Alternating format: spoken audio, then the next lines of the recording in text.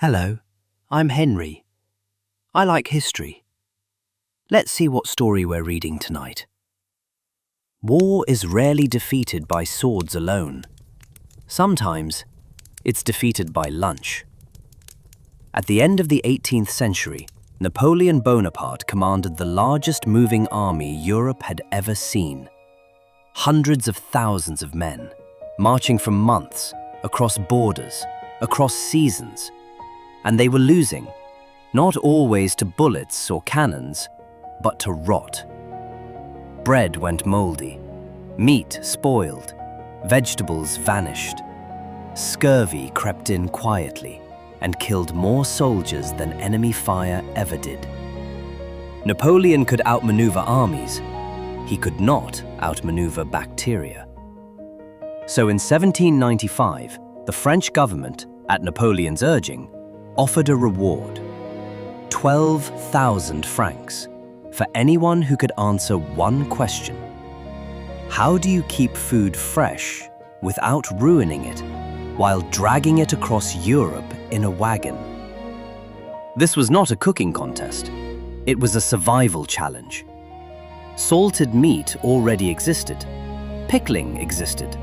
Drying existed. The army wanted something radical. Food that still tasted like food.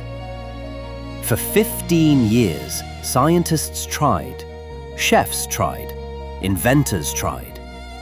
Most answers amounted to add more salt. Scurvy disagreed. Then came a man who did not look like a scientist. His name was Nicolas Appert. He was the son of an innkeeper. He had no formal education, no laboratory, just decades of experience as a chef, a confectioner, and a brewer. And a stubborn curiosity. Appert noticed something strange in his kitchen. When food was sealed tightly and heated thoroughly, it didn't spoil.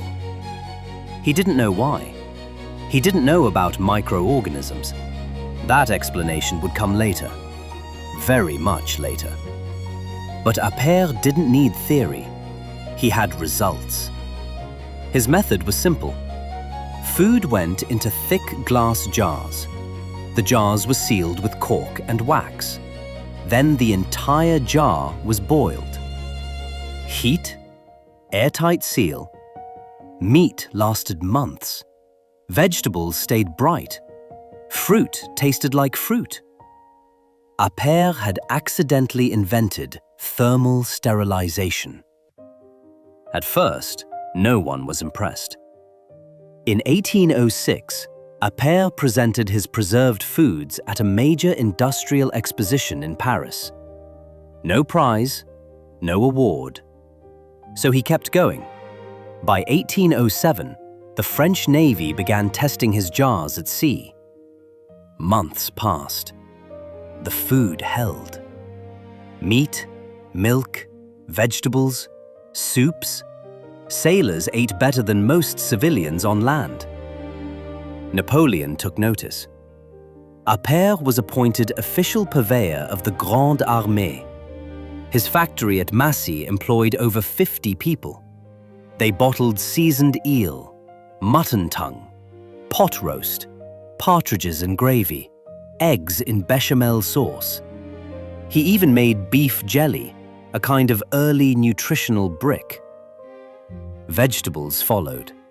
Asparagus, cauliflower, peas so fresh that critics swore they tasted newly picked.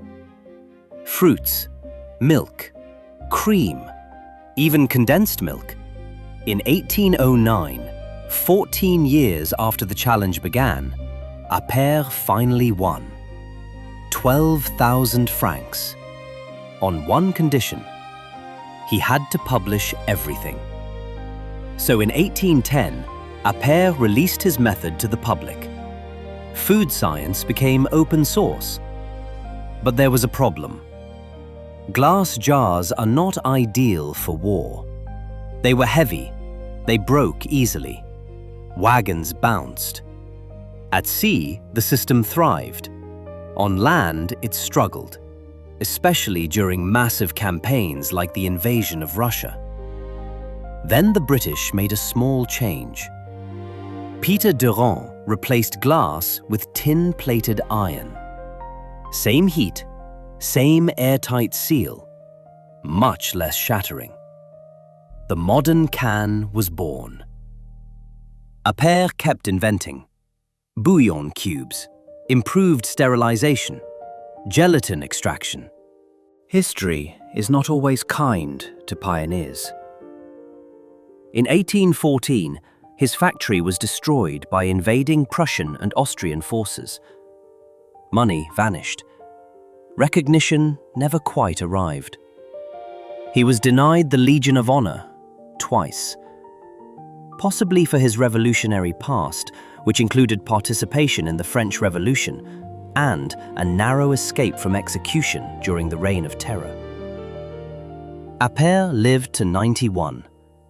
He died poor and was buried in a pauper's grave, which is astonishing, considering nearly everything on a grocery store shelf owes him a quiet thank you. Napoleon wanted to feed an army. Appert fed the world. And all it took was a jar, some heat, and a man willing to trust what worked, even when he didn't know why. History doesn't always remember the loudest victories. Sometimes, it remembers the ones that keep us alive long enough to fight another day. I'm Henry, and I'll see you in the next story.